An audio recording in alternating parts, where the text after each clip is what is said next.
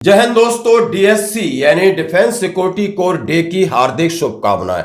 बात करूंगा डीएससी और उनके जो डीजी हैं उन्होंने क्या मैसेज दिया है, जरा ये भी सुनाऊंगा आपके साथ और कहूंगा कि कितनी कितनी समस्या है जवानों के लिए, किस तरह जवानों का शोषण होता है और इस हद तक शोषण होता है कि जवान अपनी जिंदगी गवा बैठता है।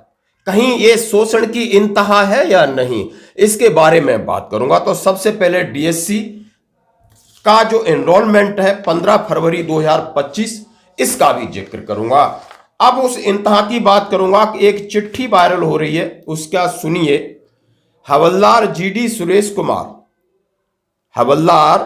सुरेश कुमार ने चिट्ठी लिखा है, अपना नंबर लिखा है और सुरेश कुमार के लिए एक उनके कंपनी कमांडर की चिट्ठी आती है कि आप छुट्टी बार बार जा रहे हो, मैं आपके विरुद्ध कार्रवाई करूंगा।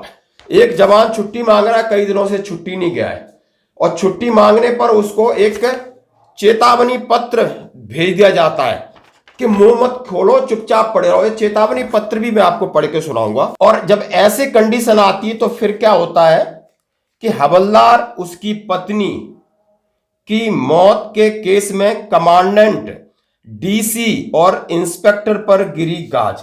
आपको दोस्तों ये सुनना होगा, आज सुनना होगा, समझना होगा और अपने कमेंट्स देने होंगे। बड़े दुख की बात है कि किसी ने छुट्टी मांगी तो उसको चेतावनी भरा पत्र है, यानी छुट्टी मत मांगो, 24 घंटे पिले रहो, 24 घंटे बाट लगाते रहो, हमारे बीवी बच्चे जाए भाड़ में, आप पूरी नौकरी करो, कुछ देश के लिए करो और सबसे पहले हमारी करो, हमारे बीवी हमारी मैडमों की करो। इस गंदी सोच को, इस दकियानूसी सोच की वजह से आर्मी हो या पैरामिलिट्री फोर्सेस, खासकर सीआरपीएफ में मामले देखने को आते हैं, हद से ज्यादा हद होती रही है। इनके ऊपर न कोई नकेल कसी जा रही है, न इनके ऊपर कोई कार्रवाई करी जा रही है। दुख की बात यह है कि 16 फरवरी को सीआरपीएफ हवलदार केशपाल सिंह 45, पत्नी प्रियंका देवी सिर्फ 36 साल, बेटी नव्या 13 साल के साथ जीवन लीला। इस घटना में केशपाल सिंह उसकी पत्नी अलविदा कह गए। डॉक्टरों ने केशपाल की बच्ची को बचा लिया। अब यह मामला क्या था, इसमें सीधा सीधा बात आ जाती है। सीआरपीएफ मुख्यालय ने इस मामले में कठोर एक्शन लिया। अब यानी एक जिंदगी, दो जिंदगी, तीन जिंदगी। एक हवलदार जो देश के लिए काम कर रहा हो, क्या वो गोली से डरा होगा? आप सच बताओ। आज न्यूज की बात नहीं कह रहा, क्योंकि सुनने वाले भी वही खून है, कहने वाला भी वही खून है। क्या कभी ऑपरेशन से जवान भागा? कभी बॉर्डर से कभी भागा, राइफल लेके छोड़ के आ गया हो, हा मैं डर रहा हूं, और अधिकारी बिल्कुल आगे लग गए हो, बोला जाओ मैं देश की सीमा के सामने सीना तान के खड़ा हूं और तुम जाओ। उल्टा देखा है, उल्टा मुंह मत खुलवाइए, उल्टा देखा है। जवान कभी नहीं भागा।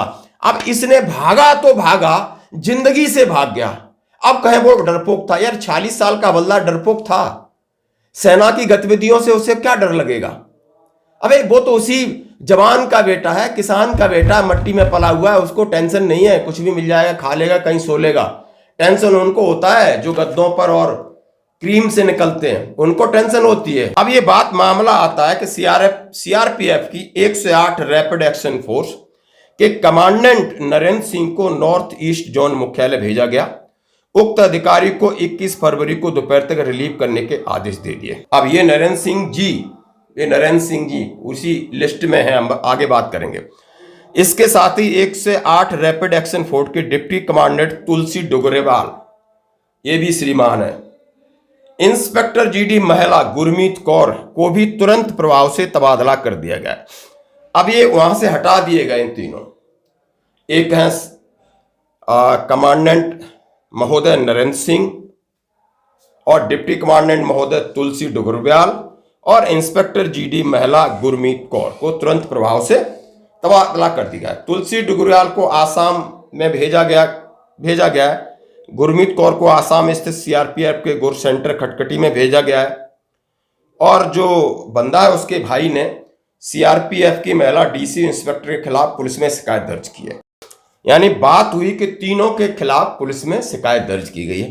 क्योंकि ये चीज छुट्टी तो नहीं है, सबको पता होगा। और एक इंस्पेक्टर, एक डिप्टी इंस्पेक्टर और एक महिला डीसी। क्यों भाई?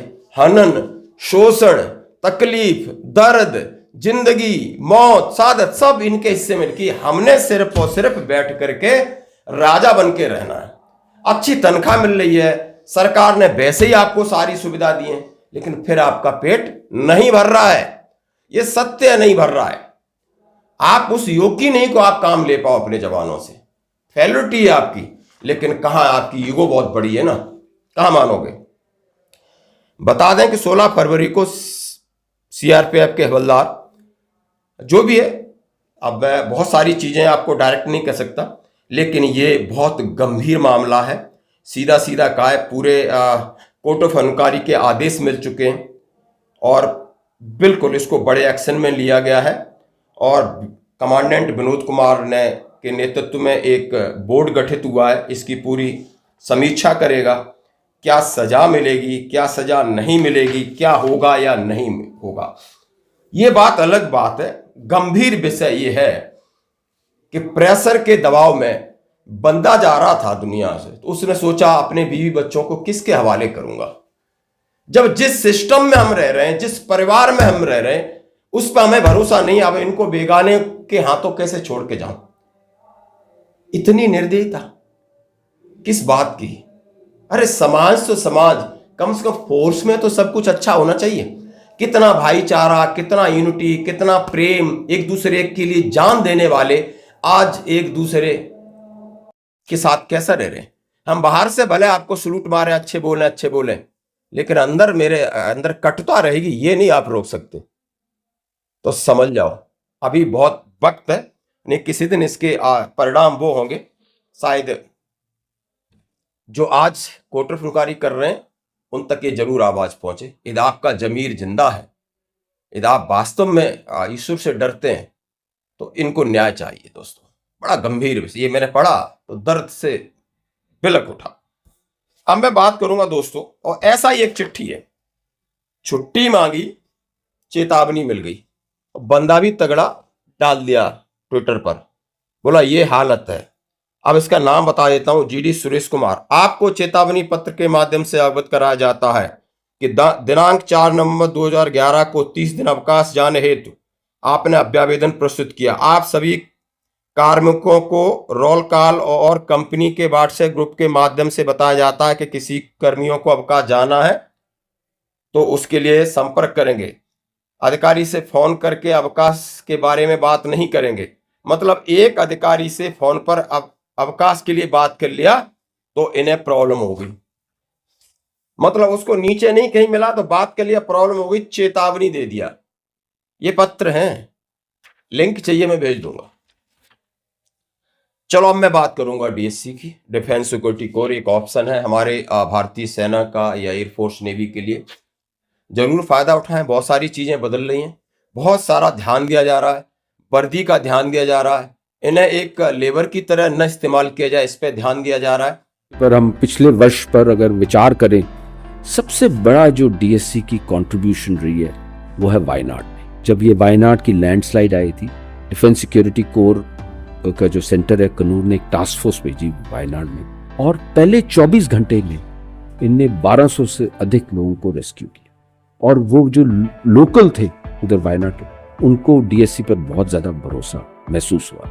और इस काम के लिए जो इनने अव्वल दर्जे का काम दर्शाया, chief of army staff unit appreciation के साथ सराहना की। अगर हम आने वाले साल को देखो तो हमने 3 बड़ी चीजों के बारे में अपना टारगेट्स बनाए। सबसे इंपॉर्टेंट टारगेट है पूरी डीएससी एक फ्यूचर रेडी कोर, जो हाल में जो आने वाली थ्रेट्स हैं, चैलेंजेस हैं, टेक्नोलॉजीज को अडॉप्ट करना है, पूरी अवेयरनेस रखनी है कि क्या क्या चुनौतियां आने में। तो DSC as a future ready. दूसरी चीज है फिजिकल फिट, क्योंकि इनका जो एज ग्रुप थोड़ा एल्डर होता है, physical fitness is very important. And जैसे हमने बात की, ये डिफिकल्ट टेरेन में भी ड्यूटी करते हैं, तो फिजिकल फिटनेस का और भी ज्यादा इंपॉर्टेंस आता है। और तीसरा इंपॉर्टेंट टारगेट है absolute awareness towards social media. Today social media is become more and more intrusive. इसके अच्छाइयां और बुराइयों के बारे में पता हो। और आज उनका 78वां उनका वार्षिक दिवस है, यानी उनका एनुअल डे है। तो हम सभी अपनी तरफ से मैं शुभकामना देता हूं, क्योंकि ये ऐसी कोर है जो सब आर्मी का मैक्सिमम आर्मी वाले होते हैं, तो सब का मिक्सचर होता है। अब मैं बात साथ ही साथ कर देता हूं कि 15 फरवरी 2025 को reenrolment to DSC as a सिपाही GD for ex EME person. यदि आप ईएमई पर्सन है तो आप इसका फायदा उठा सकते हैं यदि आपने डीएससी में जाना है। अब उसका पूरा क्राइटेरिया है सिलेक्शन प्रोसीजर, सीधा सीधा 1 मार्च 2025 तक पहुंचना। 1 मार्च यानी आप देख सकते हो 28 फरवरी लिखा है री enrolment DSC scheduled held this centre 1 मार्च, और 28 फरवरी को वहां पर पहुंचना है। बैटल बीपीटी आपकी कंडक्ट होगी 1 तारीख को, उसमें 2.4 किलोमीटर रन है, पुशअप है, पीपीटी टाइप पीपीटी होगी, फिर बीपीटी भी होगी 5 किलोमीटर रन, सब कुछ है। बीपीटी पीपीटी हो गई। मेडिकल होगा, trades, armour, driver, MT operator, driver, autotech, medical category. ये ईएमई सेंटर से है, 1 ईएमई सेंटर का है। आप देख सकते हो एज ग्रुप आपका 46 ईयर है सिपाही जीडी के लिए। करेक्टर आपका very good exemplary, education qualification, ये सारी चीज़ें इसमें दी हैं आपको, कौन कौन से डॉक्यूमेंट लाने हैं।